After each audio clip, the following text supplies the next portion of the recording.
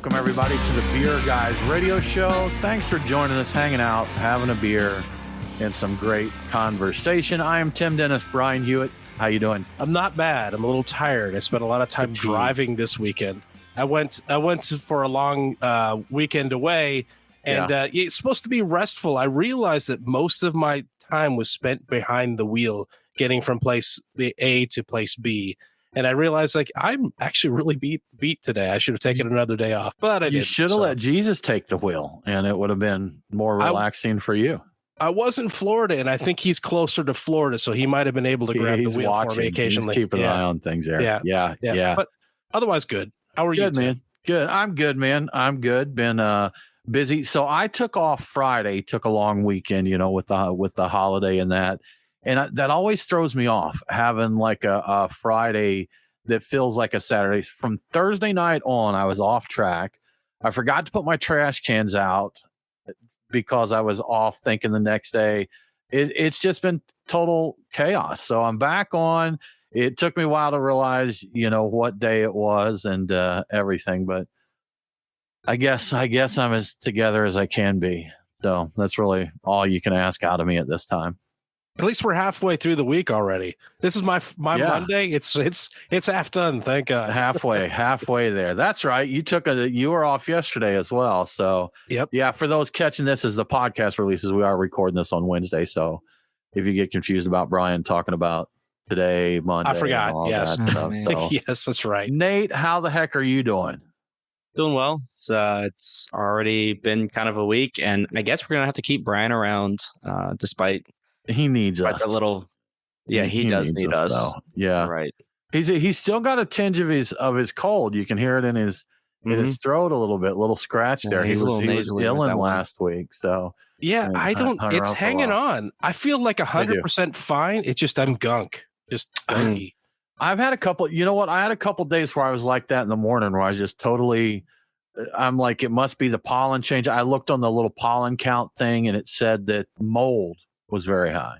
So yeah, I guess that got to me, but just had me totally plugged up. And Brian, with our newfound passion for fragrances, it's terrible to have a stuffy nose. You can't smell your new stuff there. So I was smell blind, and so I was just spraying fragrances like a layperson. I'm like, oh, that looks fancy. Let's put that on.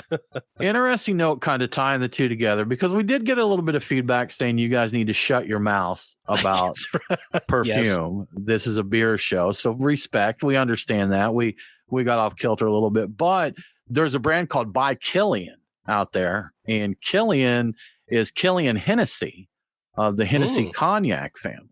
So, and he does some fragrances, and as part of his fragrance series, he actually has one called the Liquors that he does. He's got one called Angel Share, and he's got apple brandy on the rocks, and there's vodka on the rocks. And I've got a couple of little samples. I got the apple brandy on the rocks and the Angel Share, and they're nice. The Angel Share is like a spice. It's supposed to be cognac, they say in the note, but to me, it's just kind of a whiskey note. I don't know that I specifically get cognac, but I'm not that well versed in cognac, but a nice spicy scent. So it's pretty nice. Did you put a little dab on your tongue to see what they taste like? I should have, man. They come in that I know if you're listening to the podcast, you can't see this, but they come in these little carafes that looks like a liquor decant. Yeah, like a fancy decanter.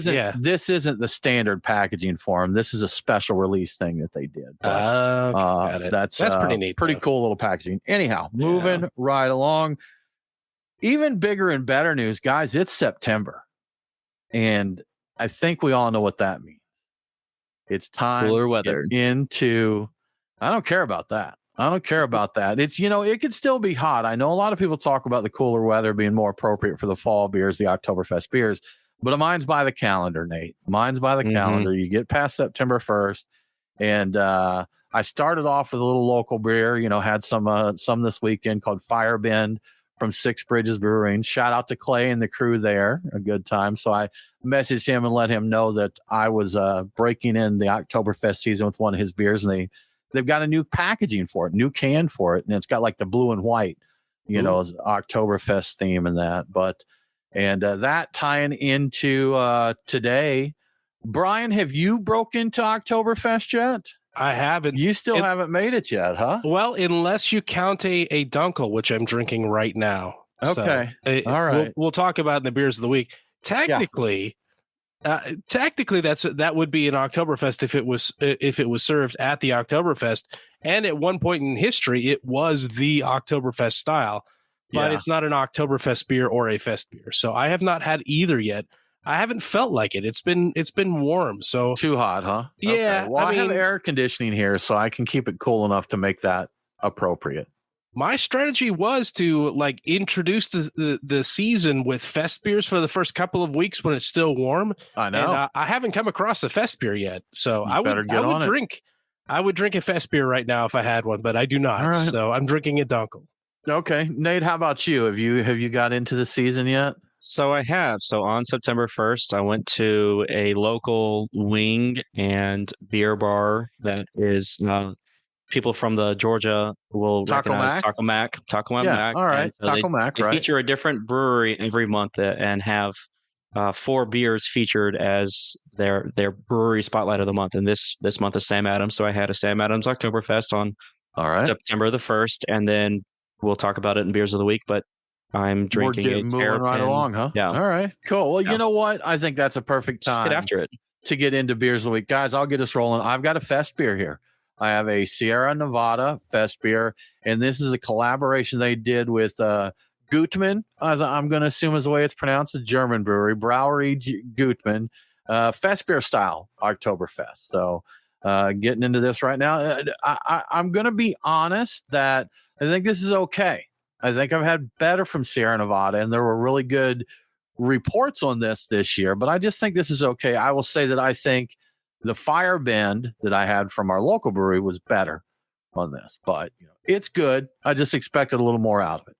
How are the hop levels? Because Sierra Nevada has been known to throw a little extra hoppiness in there. It's maybe exceeding what you might expect from style. It's there. I don't think it would be necessarily outside of style, but I think it's probably on the upper end, of what they've got there. Definitely. But that's it. That's my beer of the week. Nate, how about you, man? So from our advertising partner, Terrapin Beer Company, I've got their Oktoberfest. So I am getting after a little of the fall flair and fun with that. That sounds nice. Brian, even though you don't have an Oktoberfest on the list, what are your beers this week? So I got warmed up with a Carib or Carib. I'm not sure. I've never known how to say the name of the brewery. Okay. But, Carib Lager, which is a reportedly the favorite brew of Trinidad and Tobago. I had that down in Florida on the coast, and it was quite enjoyable. And so I brought a bottle or two back with me to enjoy here, and I thought it would be a great way to warm up. Right now, I'm drinking Bierstadt Lagerhaus's Dunkel, which is a Munich Dunkel, and it's quite nice, as you might expect from a Bierstadt beer. I've never seen it before. I picked this up when I was down in Florida as well at a great package store. And when I get done with that, I'm going to get into an Orlando brewery, Hourglass Brewing's 2 Million Bees and Some Hops. It's a New England DIPA with double IPA, I should say. Orange Blossom Honey, a whole bunch of it that was made by presumably 2 million bees. I think bees? Yeah, indeed, bees. Yes. Okay. All right.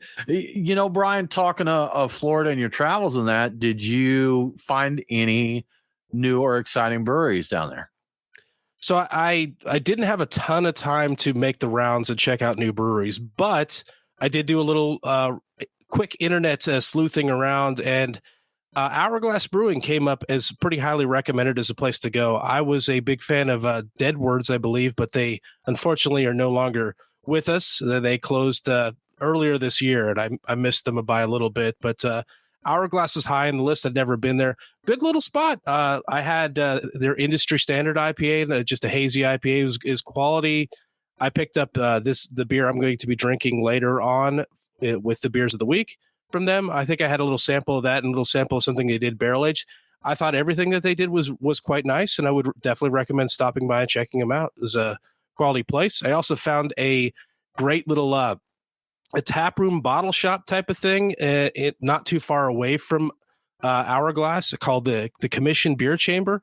Man, that was a cool place. The owner has a playlist that is all like old 90s hip hop, and it plays the whole way through. And they were playing like on a little TV. They were playing Office Space in one little corner, and they had just a killer tap list like Finback and a bunch of other like really fun things. And they had several coolers full of really interesting beers that you could take away or drink on site. I finally bought a bottle of Cantillon that I did not immediately open up on site. So I own a bottle of Cantillon for the first time ever, which was pretty exciting. So I don't think I've even seen it on the shelf. Have you never even had it out places and stuff, huh? Oh, I've had it out places. I've had it where I've ordered it. I've never actually been able to buy a bottle and take it home and put it in my cellar. So now I have checked that off the list. It doesn't sound like a big thing, but like it was significant. I'm like, well, I can't not get this. So I got that, and I got some other fun beers there. Cool place. I mean, yeah, I had some fun there. I had some fun. There's a bunch of good places. I wish I had more time, but that's about all I have to really report of any significance. Yeah. Okay. So talking the Oktoberfest beers, we see over here the two main ones that we look at are Fest beers and Marzens. Nate, are you team Fest beer or team Marzen? Or team equal opportunity? I think I'm more team equal opportunity. Okay. All right. Because I enjoy Pilsners a little bit more than lagers. I am you're not allowed to say that. Pilsners are lagers, Nate. No. Please choose your words carefully. What are you trying to say here? Because I like a lighter lager more than a heavier lager. Okay. All right. I think even though equal opportunity, I think I tend more towards a Fest beer than I do a Marzen. Okay. All right. Brian, how about you? It really has to do with I think it has to do with the weather and how I'm feeling. There are definitely times where an Oktoberfest a Marzen is the only way I'm going to go. That's like the one I really want. And I think right now I'd be more inclined to enjoy a Fest beer, but that window is closing, and there'll be a time where all I'm going to want is Marzens. Fair enough. That's I like them both, but I lean towards the Marzen on mine, and I don't think there's enough of a major difference to where. And Brian, I'll go back and I'll say I support your seasonal method of beer consumption. So yes, I would support the Fest beers till mid-September, switching over to Marzens there. But I will also allow, once we get past September 1st, enjoying either style equally there. And I don't think there's a huge enough jump from one to the other, really. It really depends on which one you get. But for the most part, I just like the slightly deeper, richer flavor of the Marzen, which is, good for me. But I'm not mad at a good Fest beer in the least. That's for sure.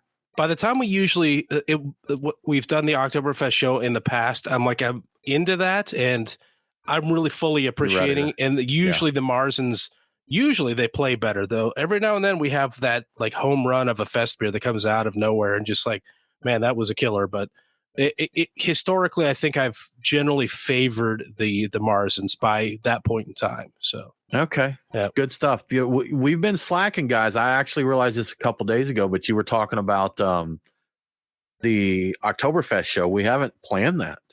No, that's right. We haven't. No. We've been pretty steady with that for 6, 7, 8 years now.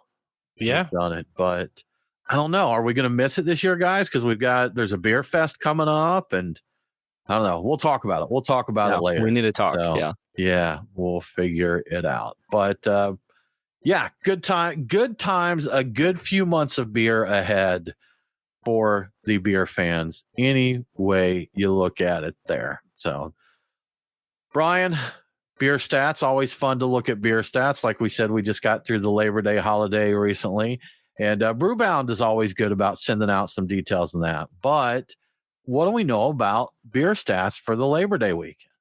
So we know based upon some surveys that were taken leading up to it. So according to, and this is from Brewbound, but they're checking out or aggregating details from a consumer research firm named Numerator. 76% of shoppers said they planned to purchase beer for their Labor Day weekend festivities, assuming they followed through with their plans to buy beer. That made beer the most popular alcoholic beverage at Labor Day parties this past weekend. Last year, the week leading up to Labor Day was the third largest week for beer sales, with volume increasing 26% compared to an average week. Numerator also says that over 75% of consumers who are planning end of summer parties that include alcohol will be buying beer, which is way ahead of spirits, wine, hard seltzers, and canned cocktails. Each one of those categories is roughly around 40% of the consumers saying they would get some of those. Beer is even bigger with Latino shoppers, 87% of which said they plan to purchase it for Labor Day party celebrations. Yes, those things. Compared with 76% to general respondents all across the board. If last year was any indicator, grocery stores will be the big winners this past weekend. In 2023, grocery store beer sales were up 42% compared with an average week. So it should have been a phenomenal week for beer. We don't have the actual real numbers yet as to how they did last week. Okay, so these are the projections based on ahead of Labor Day. So we'll definitely have to see if we can follow up with the stats of what actually happened there. But the beer stats and how beer is doing, it's really hard to get a read on it because you get conflicting info. This is down, now it's up. I guess overall we look at it across the board. Once we put all the data together, the projections and all that, it's down in general. Not saying that people aren't having a good time and enjoying them on Labor Day and 4th of July and what have you. But I guess it's those times in between that maybe they're taking it a little bit easy. I think that people just don't drink and, they don't enjoy beer in statistically convenient ways, They don't segment their drinking and their enjoyment of these things in ways that can be easily tracked and made into spreadsheets and graphs and charts. So that's very inconsiderate of them. Yeah. If you could get more structured with your enjoyment of beer so we can do a better job of counting it, that would really be appreciated. Yep. And Brian, impacting beer sales and all that, we talked about it last week that beer prices were rising ahead of inflation and rising higher than other things. Yes. But you've got some info this week on why those prices may be rising. Yeah, we don't always get into the why of it. We hit on it, and it's easy enough. People say, "Oh, yeah, it's just inflation." You could leave it at that, but there's a little bit more to it than that. So I got this information from AmericanCraftBeer.com. They did a pretty good job of breaking it all down. I haven't seen it written out like this before. To start off with, the cost of raw materials like hops, grain, and fancy adjuncts have all gone up in price. Some of that's due to inflation, but not all of it. The war in Ukraine is a factor here as well, especially with the grains. So that's pushed up and actually with some other costs as well that are in a different section here. Packaging costs have spiked. The aluminum market has been hit hard by the global supply chain disruptions that we've seen, combined with increased demand. Everybody's looking for aluminum to can things. Energy costs have gone up as well. This affects the production and distribution of beer, and that as well has been affected by the war in Ukraine. So I know energy prices have gone up as a result of that. Labor costs have been driven up by inflation. Do you remember the shortage of workers following the pandemic shutdowns? A pay shot up considerably to get people to actually go back to work because people had saved up and they were just like, you know what, I'm not into it. I'm enjoying my time off. So, and I don't think those rates really ever came back down. So that went up, stayed up, and then we had inflation on top of it. Breweries end up passing along the increased costs to their customers, but usually not all of it. They got to swallow some of it because people would stop buying their beer due to the price. So what are the consequences of these skyrocketing costs?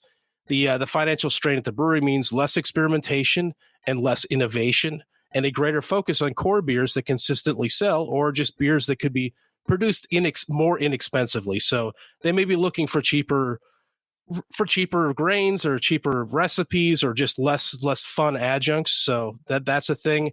And consumers are also shifting to cheaper mass-produced beers as a way to cut costs. Maybe, like me, you might occasionally reach for a budget-friendly beer like Bitburger, a little bit more often. Carib. Or Carib. And the Carib was just because I was down there. But you know what? I'm not angry at it, and I'm thinking about getting more. That's fair. It's just as an alternative to a more expensive and really well-made craft lager. But, I mean, when everything's more expensive, you start looking at little ways to cut back. So yeah, that's what we're looking at here. There's a lot going into it, and it's tough. It's hard out here for a brewery. It is. It is. So I think I know the answer from this crowd here. Would you rather drink more? See, I don't even think there's a point in asking this, but maybe to the broad consumer base there is. Would you rather drink more of a slightly lower quality beer or less of high quality beer? Like, if it is it a point to where I don't drink enough continuously for budget to play into it that much. So since I drink fairly infrequently, I'm not watching it. Now, I used to be to where I'd have a 12 pack or more over the weekend. And if I was grabbing beer like that, I may be more cost conscious about it. You know, if I could get a 12 pack of hams for whatever the price of the 12 pack of hams is compared to $30 or $40, maybe for a 12 pack of craft, that might make a difference. But how much, Brian, how much does cost impact your purchasing decisions these days? You know, it's not too much. It's usually me looking at the cart and seeing what I got in there and doing like some quick math in my head and realizing like, oh, this got really expensive. Like, I do want a bunch of different beers and I want something light. You know what? I could swap out something really quick and throw a Bitburger in there and then bring that price back down a little bit and then, you know, feel a little bit better about myself and, you know, in still enjoy my beer. So it's not, I'm not getting cases of stuff typically. So right. Yeah. Right. If I am, I did it like the Miller Lite. I got a 12 pack of that or something like that purely so I'd be able to make spaghettis for several weeks on end. And I still have 3 or 4 of those left that I haven't gotten into yet. So, and that was for a specific reason. So I say that, you know, mixing in the Bitburger because it's inexpensive. And I do kind of like that because it does, you know, make your cart a little less expensive when you're cashing out. Well, you just enjoy the beer too, right? I also really like the beer, and there's not really a big selling point on, you know, that's not the cost isn't the big selling point there. So, yeah, I think that is the thing for me when it comes to cost is it doesn't necessarily play into exactly. It doesn't play exactly into my purchasing decisions, but if there's a beer I like that's less expensive, I'm very much on board with that. Like I like Jenny Cream, and if this was something to where it's a lawnmower beer or what have you, then definitely something like that. You know, if I'm going somewhere where I know I'm going to be out, it's going to be hot, I'm going to be sweating, I'm probably going to drink several beers. I'm not choosing, you know, an Imperial Stout there. Even though stouts are for summer, I don't want to drink 6 of them out by the lake on the weekend necessarily. There are the occasional times where I do feel like I want to drink in more quantity, and this usually comes around Oktoberfest where I want to fill up a Stein with some form of lager, and I just want to knock that back. And so I'll just get whatever, you know, Oktoberfest beer it is. But if I was thinking about drinking in more quantity and not, I guess the focus would be something that I don't want to waste. And there are certain beers I want to think about when I drink, and there's other beers that I just want to drink some beers. And it doesn't happen that often, but I could see a time that being a time when I might get a big variety of like Bitburger or get a 6-pack of hams like I did recently. I got the hams just because I like hams, but because hams, it's the beer refreshing. Yeah, it's the beer refreshing. Sky Blue Waters, Brian. Absolutely. Yeah. From the land of Sky Blue Waters. Yeah. So if I'm thinking about like hot weather and I'm just kicking back and I don't want to think about a beer and I don't want to feel like I'm wasting the beer by drinking it, I've gotten beer for that reason too, you know. Just something I can brainlessly drink and enjoy. So Nate, how about you? How much does budget play into or cost play into your beer budget? It generally does not. I have like a well-stocked stout cellar, and I've spent a pretty penny on a lot of that stuff. And in terms of my daily drinker, I'll go out to my local beer shop, which is a Stout Brothers, and I'll get a mixed 4-pack of 16-ounce tall boys. And I try to be cost conscious, but at the same time, if something looks good and I know it's quality, like you, Tim, saying, you know, if it's quality, I'm willing to pay a little bit more for it. I'd rather drink less, and I'd rather drink less high quality beer than drink more of a lower quality beer. Yeah, that's it exactly. Now I'll say that I have limitations. There's been times there's the Eclipse series of beers, 50/50 Eclipse. Yeah. And another one, great one that I can't believe I'm forgetting, Cascade, that came to Georgia. Brian, when you used to go back out to Oregon, I love the fact that you'd bring some Cascade back with you before we got those here in Georgia. When they got to Georgia, I grabbed a few right out of the gate, but I mean, we're talking $30+ for some of these bottles. And that to me is a large amount for a bottle of beer. I know to a wine drinker, dropping $30 on a bottle is nothing, but I'm not a wine drinker. I'm a blue collar beer guy here. So, 30, 40, those bombers, the 22 ounce, do they still say bombers? I haven't heard that in forever. I just think the format's not as popular as it used to be. But the 22 ounce bottles that the Eclipse beers come in, some of those in some places would get up to $50, and it was really tough for me to spring that kind of money on a beer, especially since, Brian, you and I were down at a beer bar here in Atlanta. I'm forgetting the name of the place. It's in Benteen Park. Got Red's Beer Garden. Oh, Red's Beer. We were down there, and they have beers that you can buy package and open them right there and drink them there. And they had an Eclipse. And I'm like, man, it's been forever since I've had this. Let's grab one and get it. And I think it was $35, if I remember right. It wasn't great. And if I'm Brian says, oh, like he's surprised. You drank it too, man. So you were there. I vaguely remember this. I don't recall. It's great having memory lapse, because then you can experience something and be surprised by it later. Too. Right? So I get the maximum enjoyment out of everything by forgetting about it and then being reminded about it. I get 50 first beers. That's right. Exactly right. Well, I did buy the bottle of Cantillon I bought was not inexpensive. It was $45, and it was the Cantillon Creek, and I don't regret buying it at all. But it's not something I would buy all the time. If that were on the shelf every week and it was easy enough to do, it would be rare that I got it. And part of the reason I sprung for it, the same reason I would spring for the beers I was bringing back from Portland, is you don't have that opportunity. Right. So it's worth spending the money to grab that beer and bring it back, because then you've got it. You're not going to see it again anytime soon. So and that that's another point, Brian, that occasionally, if it's a brand I know and trust, it's going to be excellent. Dry Fontaine puts out some special editions of their beers at time, and they had one, I believe it may have been on Wine Must, on Grape Must. But it was like a $65 bottle for a $7.50, something along those lines. Actually, Brian, I think you're the one that bought that one. I was going to say I bought it. I think you bought it. I just helped drink it. Yes.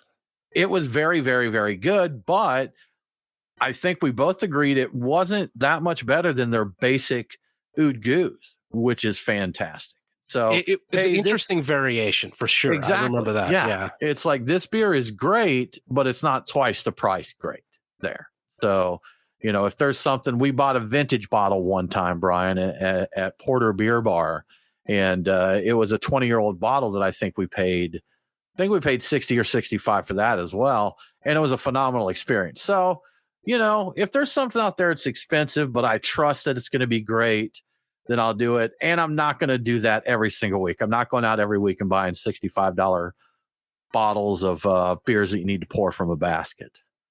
Be nice. That sounds fun. It sounds enjoyable. I probably should do that more often, because I've got a basket for pouring beers that doesn't get used very often. So break out that lambic basket, man. That's so much fun. The old pomp and circumstance of drinking lambics is such a good time. I should really do it with anything that has sediment in it, because you get some. Do it with a 2 liter of Coke. Just make use of your.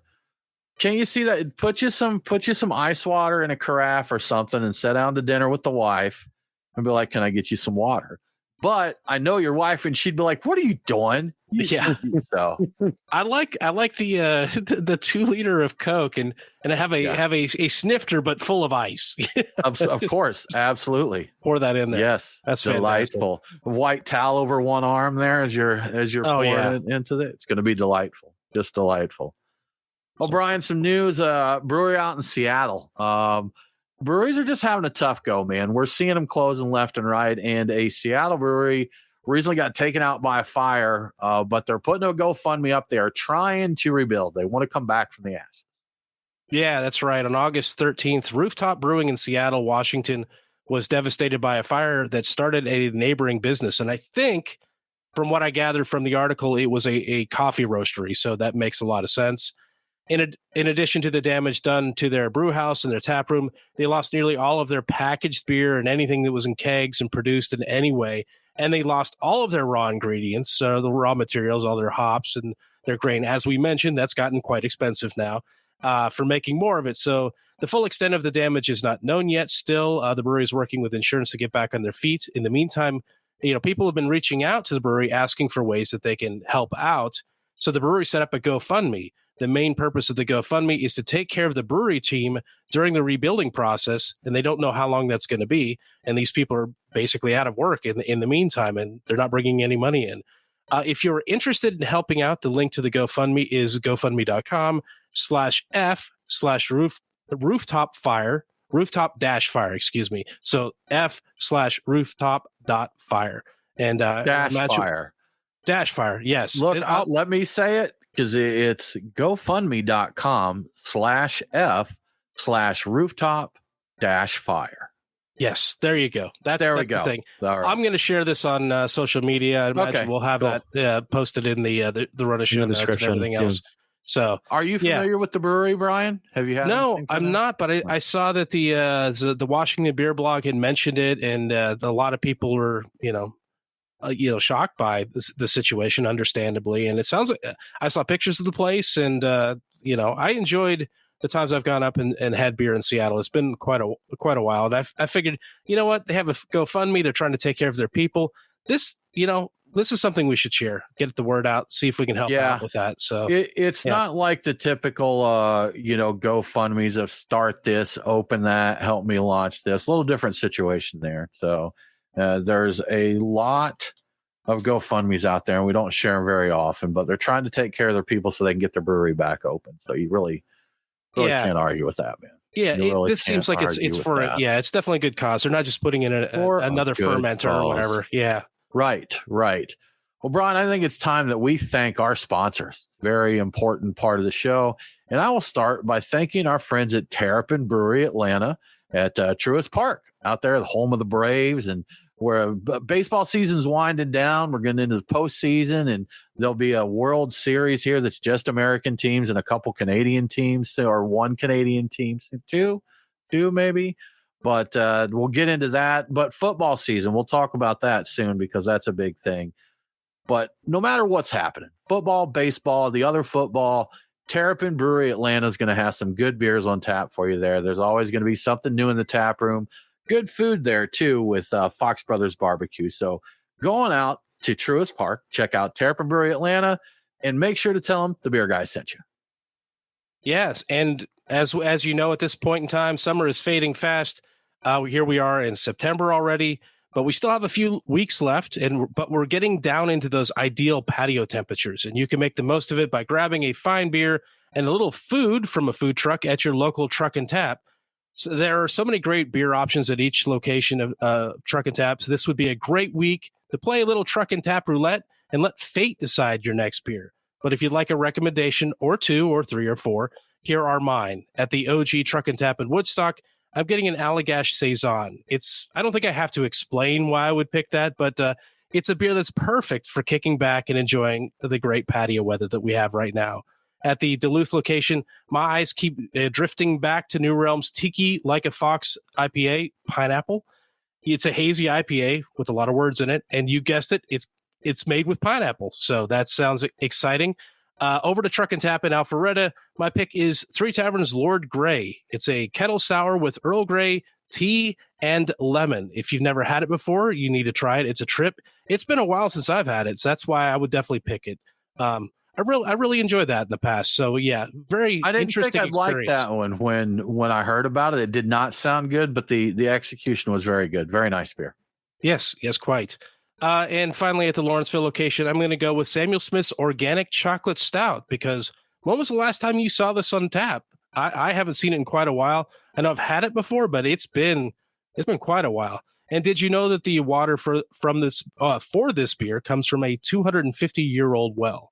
I found that out on the menu on the Truck and Tap website. So for all the beer lists and information about the beers that you're thinking about drinking and the food truck schedule and events and everything else, check out truckandtap.com. And thank you to Truck and Tap for your support. Thank you, Truck and Tap. Good folks, man. You know, we are, I think I've said this before, but we are the same age. Beer Guys Radio and Truck and Tap. We launched within a month of each other there, and we have been homies since the very beginning. So we really appreciate that they've hung out with us this long. Always a good time. We actually had, I forget the name now. I apologize, but someone messaged us on Facebook. They were from, I believe, Arizona, and they were fans of the show, and they were on business over in Alpharetta. And not even Truck and Tap at the time wasn't on the radar, but they said they just happened to park their car right in front of Truck and Tap. And they're like, I had to go in. And Brian, you talk about your Truck and Tap roulette. They said, I almost did Truck and Tap roulette, but I decided to just get me a nice flight of beer there. So it's cool. You got to go with it. And I'm giving free mulligans to anybody. If you land on a pumpkin beer, you always get a free mulligan. So that's it. That's the one thing. You get a do-over because Truck and Tap does have some pumpkin beers. I on right now. I didn't recommend any of them. I wouldn't be surprised that. I saw a meme today where it showed it was like a political cartoon style, just a pencil drawing type thing, but it showed a guy looking back over his shoulder, and he's got shorts and a Hawaiian shirt on and like a tiki drink with an umbrella, and he's running, and there's a pumpkin like the size of that big rock from Indiana Jones, like rolling after him. I'm like, that's about the size of it, man. That's the way it works out. We got a little update. We talked about this some last year about Wayne Wombles from Cigar City, previously Cigar City Brewing, and opened a new brewery. So he posted a couple days ago on his Facebook page, and he said he has closed down the Upcountry Brewing Tap Room in Brevard, North Carolina. Upcountry, for those that don't know, was owned by John, forgetting John's last name, of previously Terrapin Beer Company. John Cochran was owned by John Cochran of Terrapin, previously Terrapin Beer Company. And Wayne acquired the brewery from him. He said they have closed down, and they are currently in the process of renovating and rebranding. He said that we hope to reopen as Griffin and Sphinx by October 1st. That's impressive. I would love to see that. You don't usually see a turnaround that quick, but I think they've been working on things for a little while. So if they've got paperwork in place and it really is just a renovation and rebrand, that's something. And he says, if not before October 1st, if not before. He's got his social media page coming soon. He said he's very happy with the quality of beers that he's been producing on the site, and he hopes we'll join him for a pint very soon. So that's, if you're a fan of Cigar City, the things that they did there, pretty much all of the ones that are popular and well known from Cigar City, Wayne's behind those beers. So I think I expect pretty good things out of Griffin and Sphinx. I don't recall if we had any kind of information on the kind of beers he was planning on brewing. So I don't know if there's going to be a Hunapoo version of that. I have not seen. I imagine we'd have to see something along those lines, right?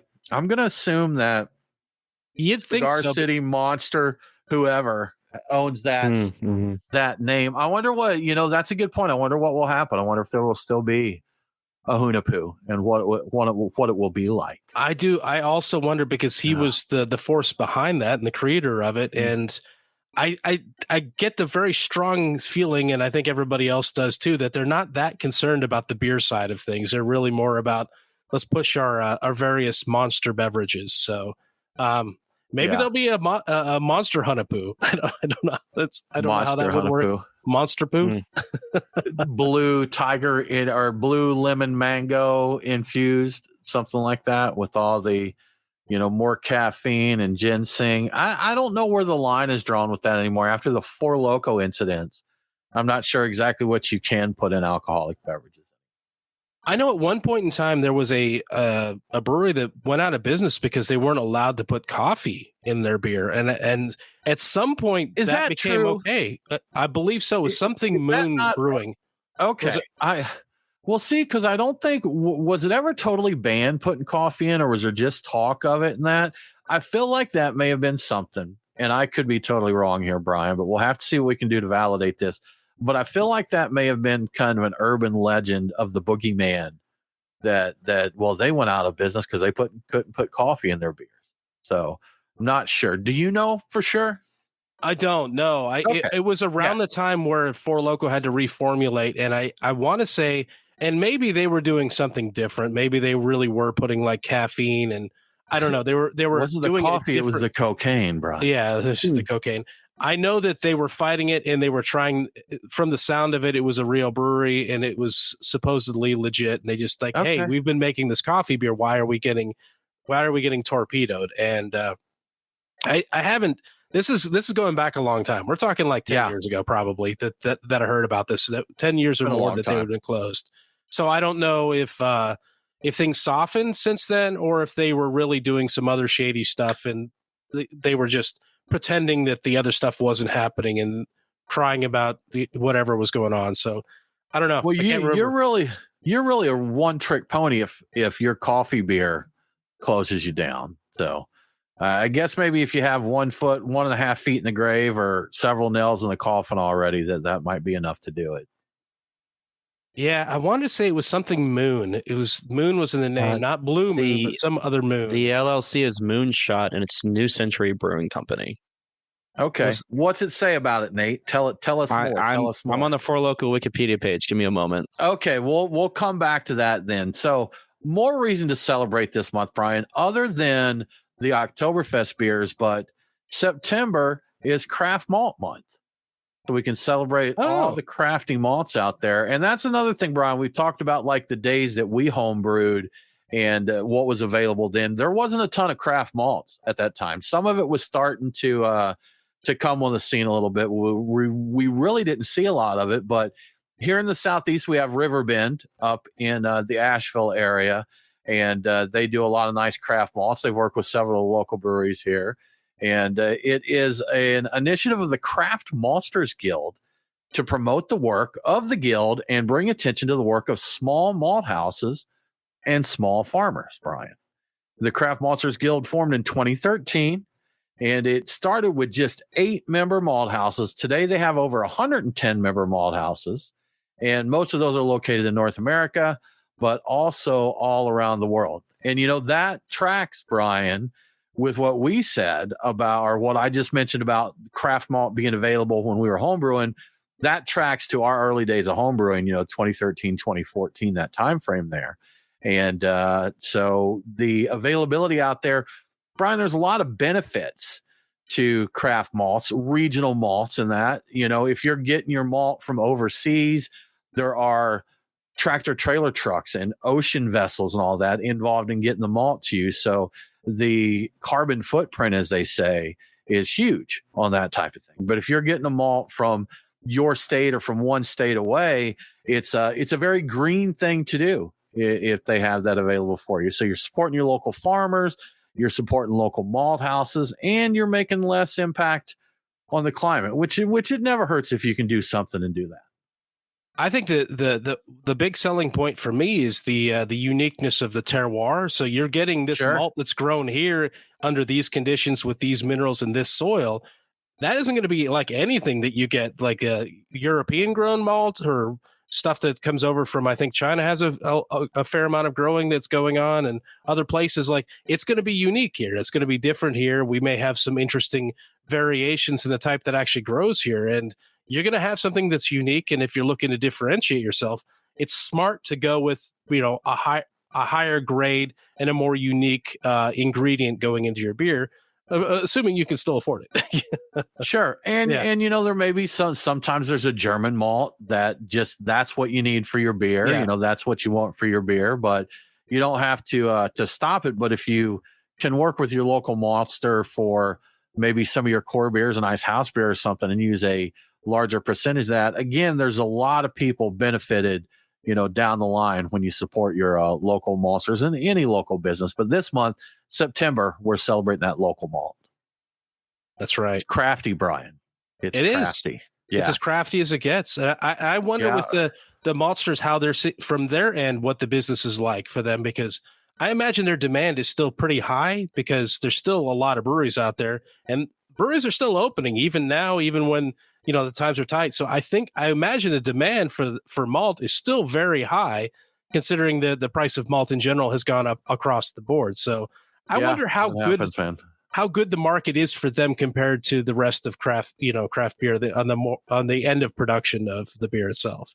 I'm guessing it's probably not all around, right? Yeah, I wonder if it's better off. They're better off though, just being a producer of this thing. But I don't know. We don't have those numbers. Yeah. And just to throw it out, we'll include a link to this in our show notes. But our friend Don Tess wrote an article for Forbes called "How Small Malt Houses Are Changing Beer, Whiskey, and Agriculture." We'll actually put that link in the chat on our Facebook and such for you as well. But you can check that out if you want a little bit more information on exactly what is going on there. So, Nate, I believe you said that you got us the scoop that we were looking for there on that coffee beer brewery.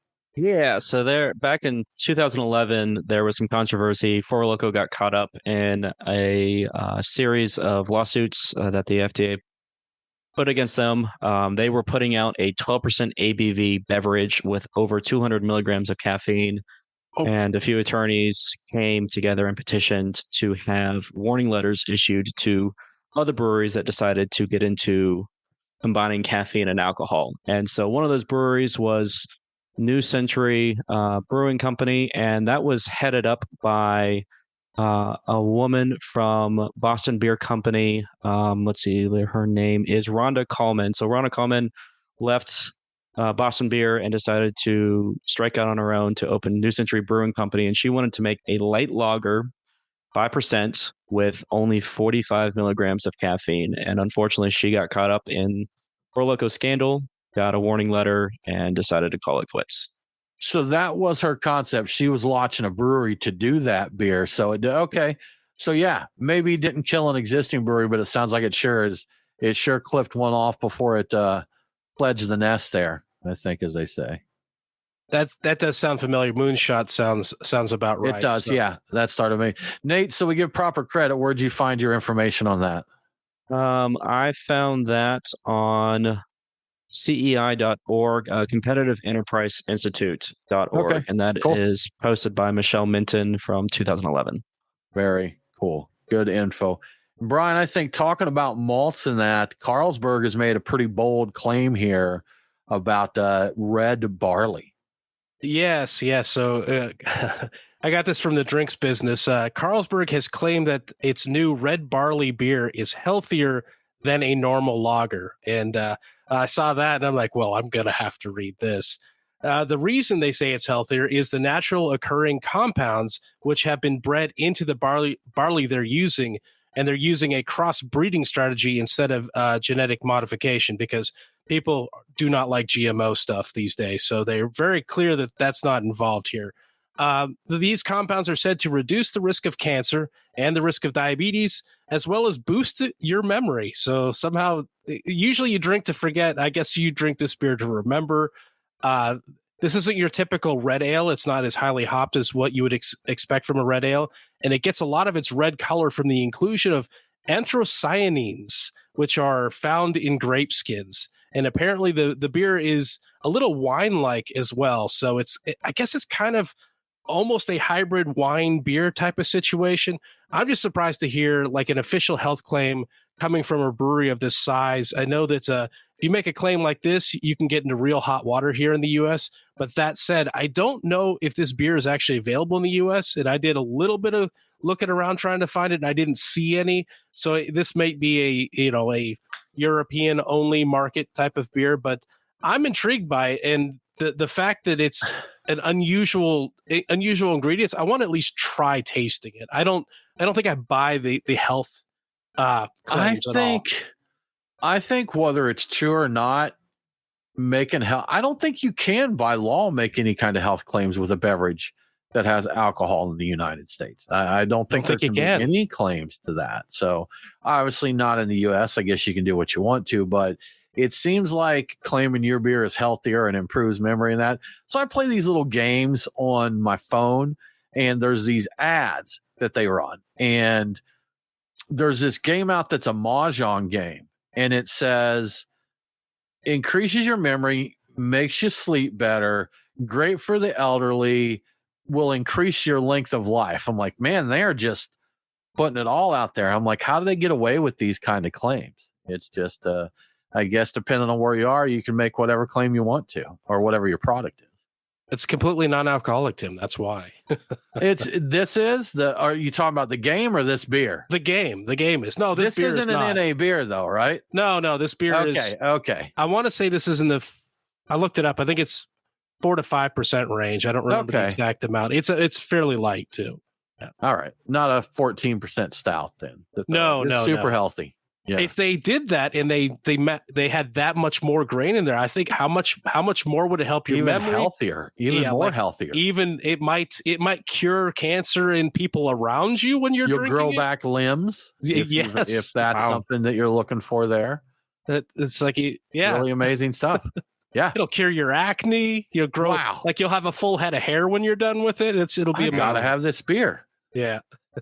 Good stuff. Well, y'all, that about wraps it up for our show this week. Thank you so much for hanging out with us.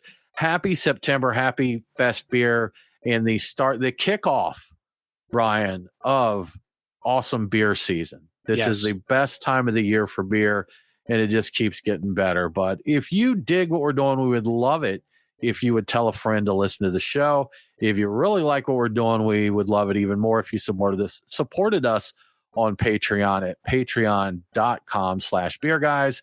We'll get you a link to come hang out with us in Discord and talk about all kinds of stuff and join the after party after the show each week. But no matter what you do, we hope that you do have a great week. And don't forget to drink well. Cheers.